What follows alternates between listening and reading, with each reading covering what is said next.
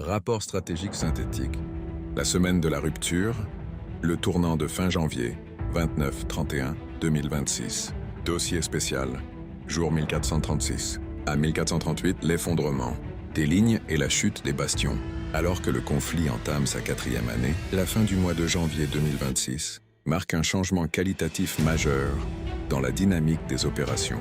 Si le 29 janvier semblait encore caractérisé par une guerre de position statique et coûteuse en vies humaines, les 48 heures suivantes ont vu l'armée russe passer à une phase de manœuvre offensive coordonnée.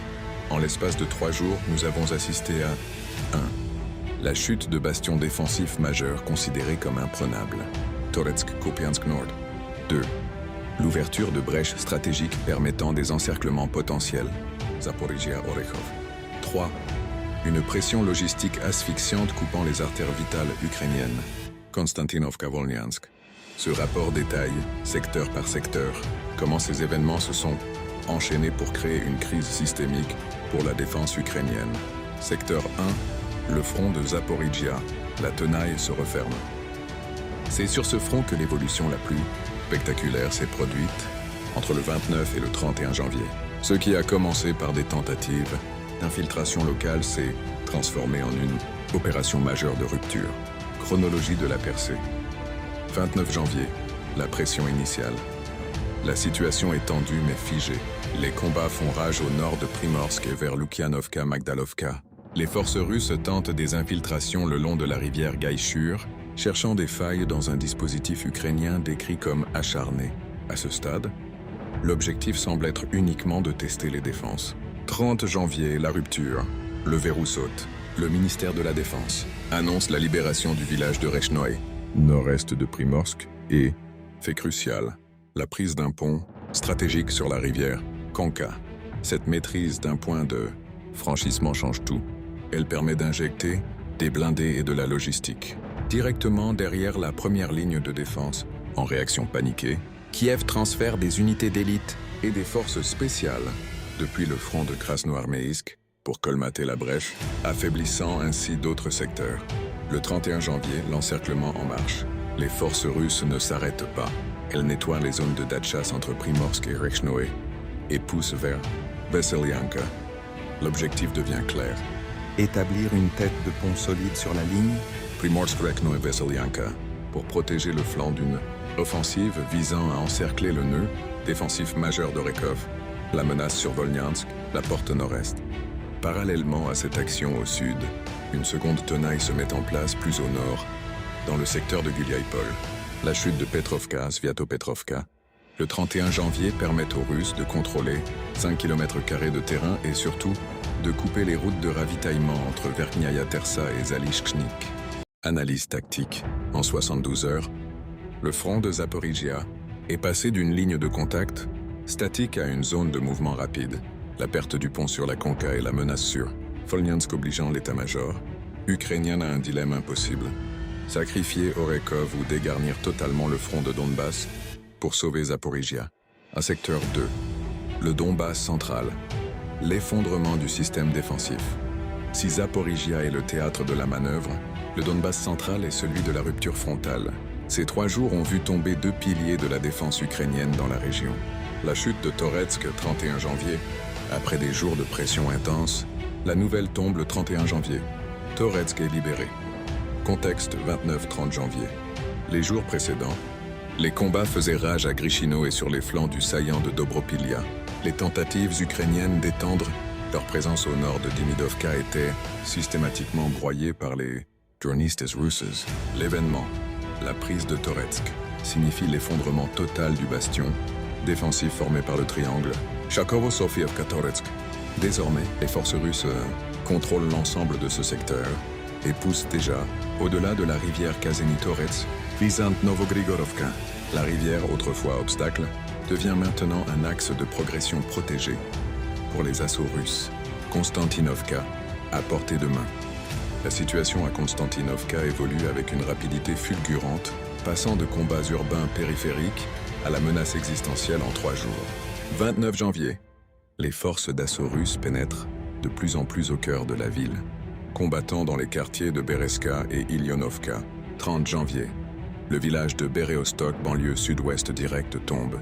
Il ne reste plus qu'1 kilomètre pour atteindre le centre urbain. 31 janvier, le coup de grâce logistique. Les forces russes contrôlent désormais la gare ferroviaire de Konstantinovka et son territoire. C'est un coup fatal. En perdant ce hub, les défenseurs ukrainiens voient leur ligne d'approvisionnement principale coupée. Pendant ce temps, le nettoyage des sous-sols de Berestsk s'achève et les troupes s'accumulent à Ilionovka pour l'assaut final sur la ville même. Analyse tactique, la perte combinée de Toretsk et du hub ferroviaire de Konstantinovka désarticule. La défense du Donbass occidental s'enraille pour approvisionner les troupes et avec les hauteurs de Toretsk perdues, la défense de ville plus à l'ouest comme Sloviansk devient mathématiquement intenable à moyen terme. Secteur 3. Kupiansk et Liman. La stratégie de Leto. Sur le front nord-est, la stratégie russe vise moins la percée frontale que l'encerclement méthodique des groupes de forces ukrainiens. Kupiansk. 2 mois de combat payants. Après 60 jours d'offensive acharnée, la bataille de Kupiansk atteint un point de bascule décisif entre le 30 et le 31 janvier. L'échec ukrainien. Les tentatives de contre-attaque sur la rive gauche de l'Oskol échouent complètement. La victoire russe, 31 janvier. Un secteur de 20 km² est sécurisé autour de Petropavlovka. Mais le plus critique est la confirmation visuelle. Image de drone. Du contrôle du nord de Kupiansk-Uzlovka. Conséquence. Kupiansk-Uzlovka est le nœud ferroviaire vital pour tout le front Est. En contrôler la partie nord, c'est menacer d'isolement toutes les unités ukrainiennes, encore présentes sur la rive est de Oskol. La tentative de fermer la poche Stavki-Podoli, mentionnée le 30 janvier, prend ici tout son sens. Il s'agit de piéger une partie de l'armée ukrainienne. À Krasny Liman et Severny, la pression constante. Severny, la fermeture de la poche entre Nikiforovka et Privoli, 31 janvier, et la marche vers Fedorovka, second visant à élargir le front pour attaquer Ray-Alexandrovka, un autre point logistique clé. Krasny Liman. Les combats restent d'une violence inouïe à Stavki, Drobichevo et Yarovoy. À Sviatogorsk, la guerre se fait maison par maison, jusque dans l'hôpital.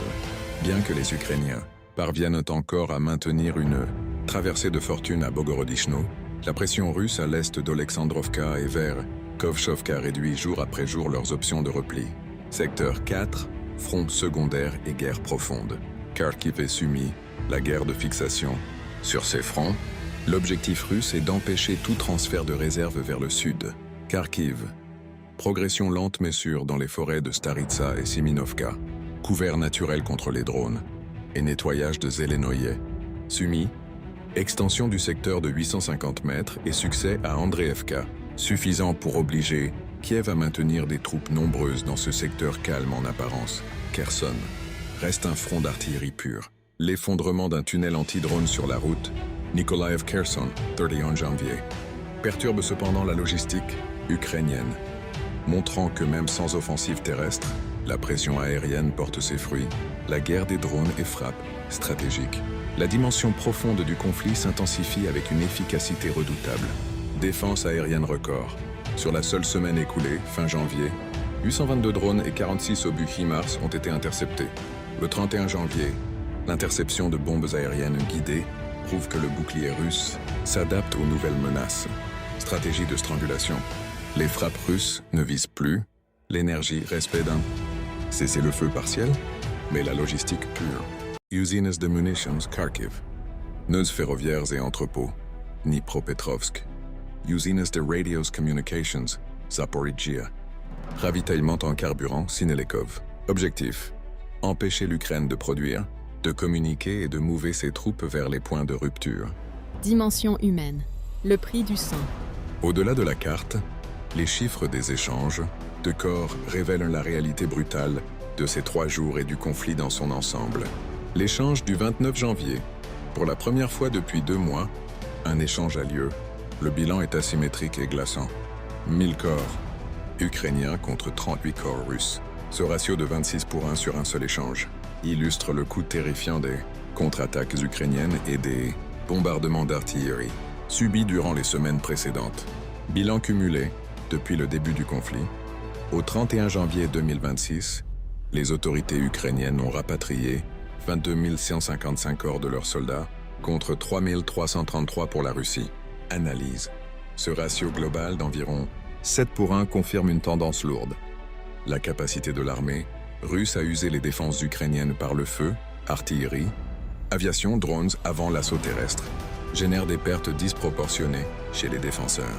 Cela pose la question cruciale de la durabilité des réserves humaines ukrainiennes face à une telle hémorragie. Synthèse géopolitique et perspective. 1. La fin de la guerre statique. Les journées 1436 à 1438 marquent officiellement la fin de la phase de guerre de position pure. Nous sommes entrés dans une phase de guerre de mouvement opératif.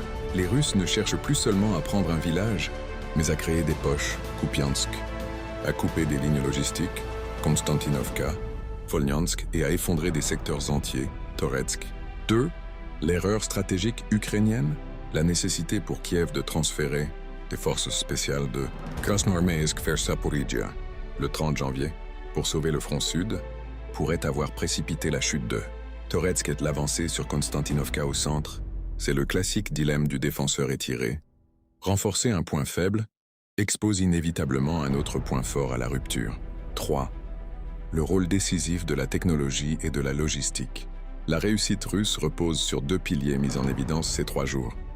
La supériorité des drones, destruction systématique, des renforts et de l'artillerie, ennemis d'avant même qu'ils n'atteignent le front, la frappe profonde, la destruction ciblée des usines de munitions et des nœuds ferroviaires empêche l'Ukraine de reconstituer ses stocks là où le front craque.